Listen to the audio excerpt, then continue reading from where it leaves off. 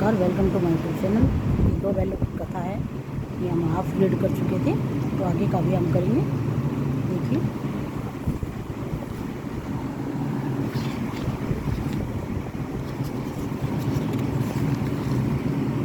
यहाँ तक हमारा हो गया था कि हीरा ने समझाया कि नहीं भाई, खड़े हो जाओ, मुझे मारेगा तो मैं एक दो को गिरा दूंगा। ठीक है, तो आगे देखिए मोती क्या करता है।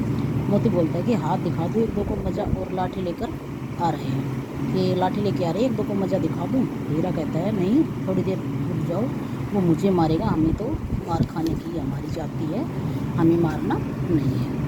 अभी देखिए, नहीं, हमारी जाति का धर्म नहीं है। मोती दिल में ऐड कर रह गया और आ पहुँचा और दोनों को पकड़ कर ले चला। कुशन हुई कि उन्होंने उस वक्त मारपीट नहीं की, कि अच्छा हुआ कि उस वक्त उन्होंने मारपीट नहीं की। गया पसंद नहीं तो मोती भी पलट पड़ता।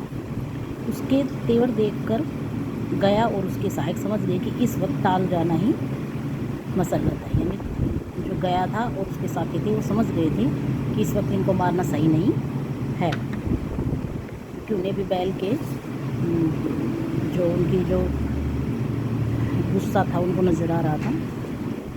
अभी देखिए, आज दोनों के सामने फिर वही सूखा भूसा लाया गया। दोनों चुपचाप खड़े रहे। घर के लोग भोजन करने लगे। उस वक्त छोटी सी लड़की 2 रोटियां लिए निकली और दोनों के मुंह में देकर चली गई।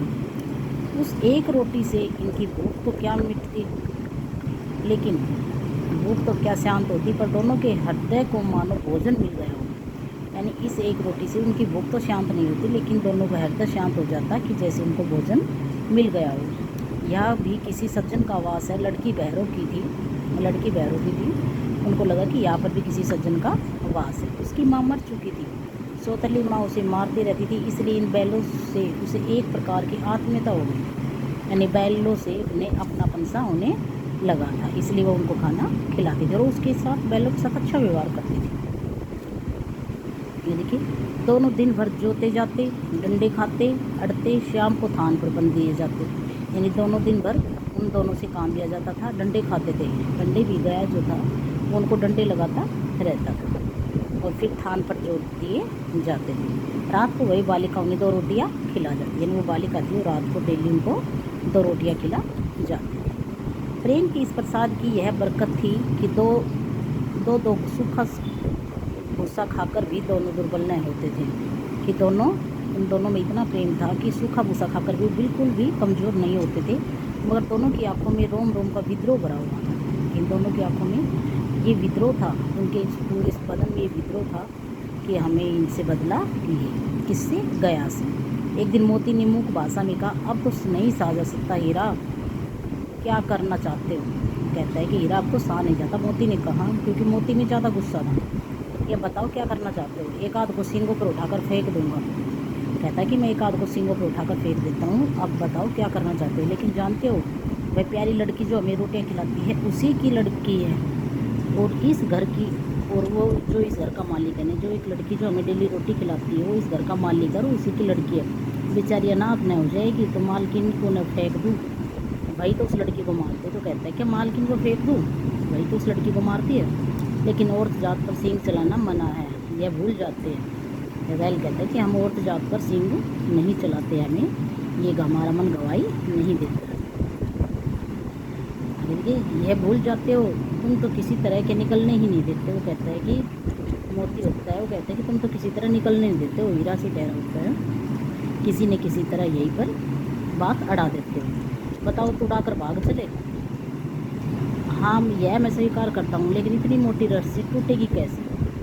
तो कहता है कि बताओ कि तोड़कर भाग चले इस रस्सी को? तो कहता है कि ये सलाह देता हूँ कि तो भाग चले, लेकिन ये रस्सी बहुत मोटी है, ये टूटेगी कैसे? इसका एक उपाय है, पहले रस्सी को थोड़ा सा चबा लो, फिर एक झटके में जाते हैं। कहता है कि थोड़ा थोड़ा हम रस्सी को चबा लेते हैं।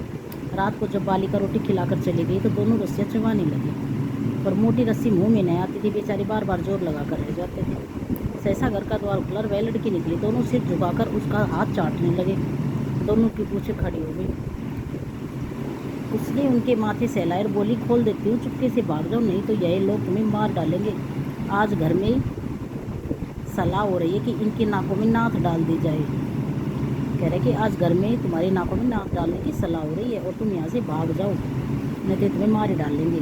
उसने गराव खोल दिया और दोनों चुपचाप खड़े हो गए, यानी उनके जो रस्सों से वो बंधे हुए थे वो खोल दिए और दोनों चुपचाप खड़े हो गए। मोती ने अपनी भाषा में पूछा, अब चलते क्यों नहीं हो? मोती कहता है कि हीरा बताओ चलते क्यों नहीं? हीरा कहा, चले तो सही, लेकिन कल ही सनात पर आफत आ जाएगी।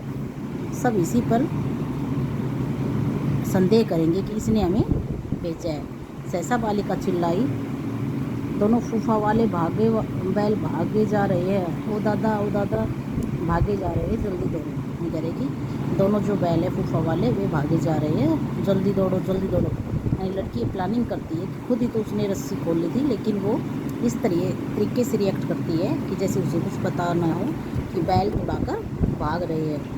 वो कहती है जल्दी दौड़ो जल्दी दौड़ो।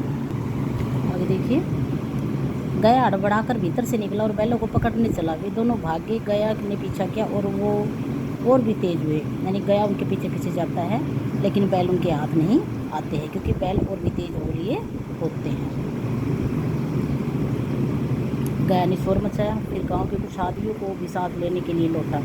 गया ने जोर जोर से शोर मचाना शुरू किया और गांव के कुछ व्यक्तियों को साथ लेकर उनके पास उनके पीछे पीछे दौड़ा। दोनों मित्रों को भागने का मौका मिल गया, सीधे दौड़ते चले गए।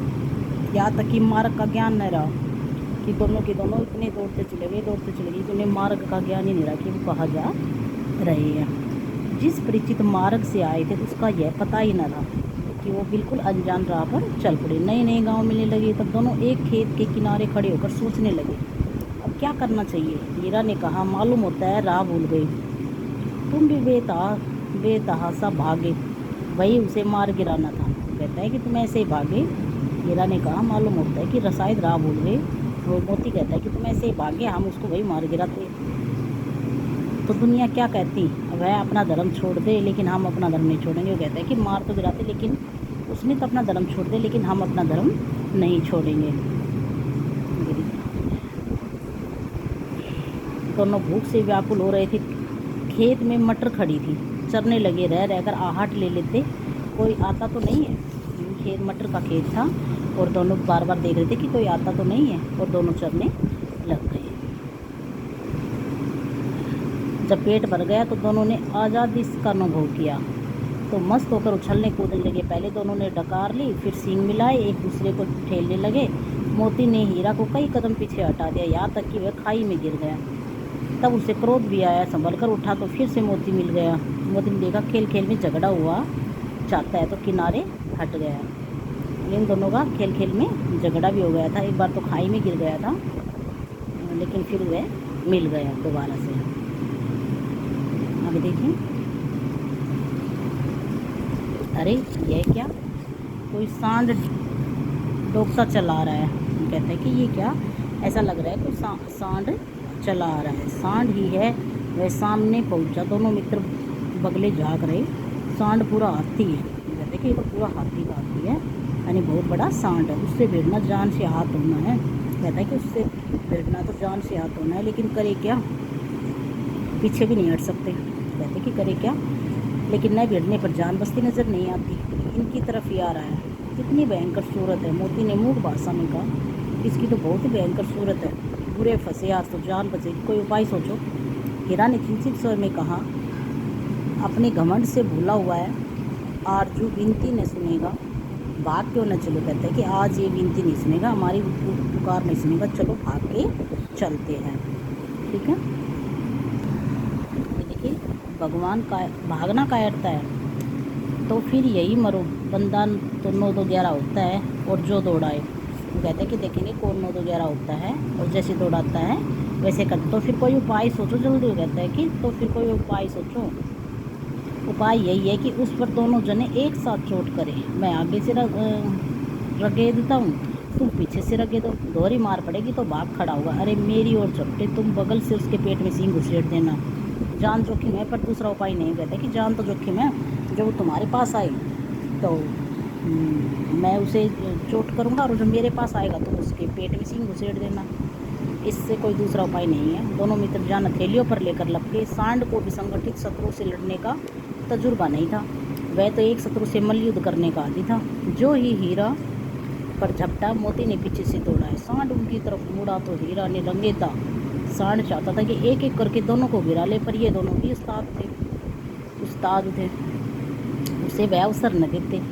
एक बार सांड झल्लाकर हीरा का अंत कर देने के लिए चला कि मोती ने बगल में आकर पेट में सींग भोंक दिया।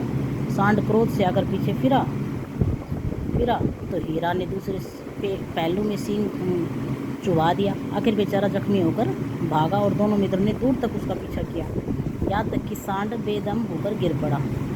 अब दोनों ने उसे छोड़ दिया। दोनों मित्र विजय के नशे में झूमते चले जाते थे। मोती ने अपनी सांकेतिक भाषा में कहा, मेरा जी चाहता था कि बच्चों को मार ही डालूं। कह रहा है कि मेरा जी चाहता था कि सांकेतिक भाषा में कि मेरा जी चाहता था बच्चा को मार ही डालूं, यानी सांड को कह रहा था कि उसको मार ही डालूं। हीरा ने तिरस्कार किया, गिरे हुए बैरी पर सींग नहीं चलाना चाहिए, यानी हीरा उसको टोकता है, बार बार बुराई के रास्ते पर जाने के लिए टोकता है। ठीक है, इतना पाठ पढ़ा हमें, इतना तो पता चल ही रहा है कि मोती जो था वो गुस्से वाला था, हीरा था वो सहीफुल था। ठीक है, आगे देखिए। हीरा ने तिरस्कार किया, गिरे हुए बैरी पर सींग नहीं चलाना चाहिए, यह सब ढोंग है, बैरी को ऐसा मारना चाहिए कि फिर न उठे। मोती कहता है कि बैरी को ऐसा मारो कि वो फिर उठ ही ना सके। अब घर कैसे पहुँचे वह सोचो, पहले तो कुछ खा ले फिर सोचते हैं। सामने मटर का खेत था, मोती उसमें घुस गया। हीरा मना करता रहा पर मोती नहीं माना, उसने एक न सुनी। अभी 2 ही 4 ग्रास खाए थे कि 2 आदमी लाठियाँ लिया दौड़ पड़े और दोनों मित्रों को घेर लिया। हीरा तो मेड़ पर ही था, निकल गया।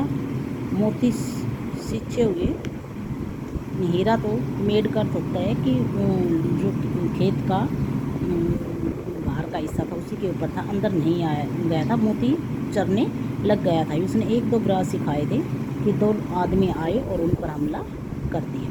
आगे देखिए।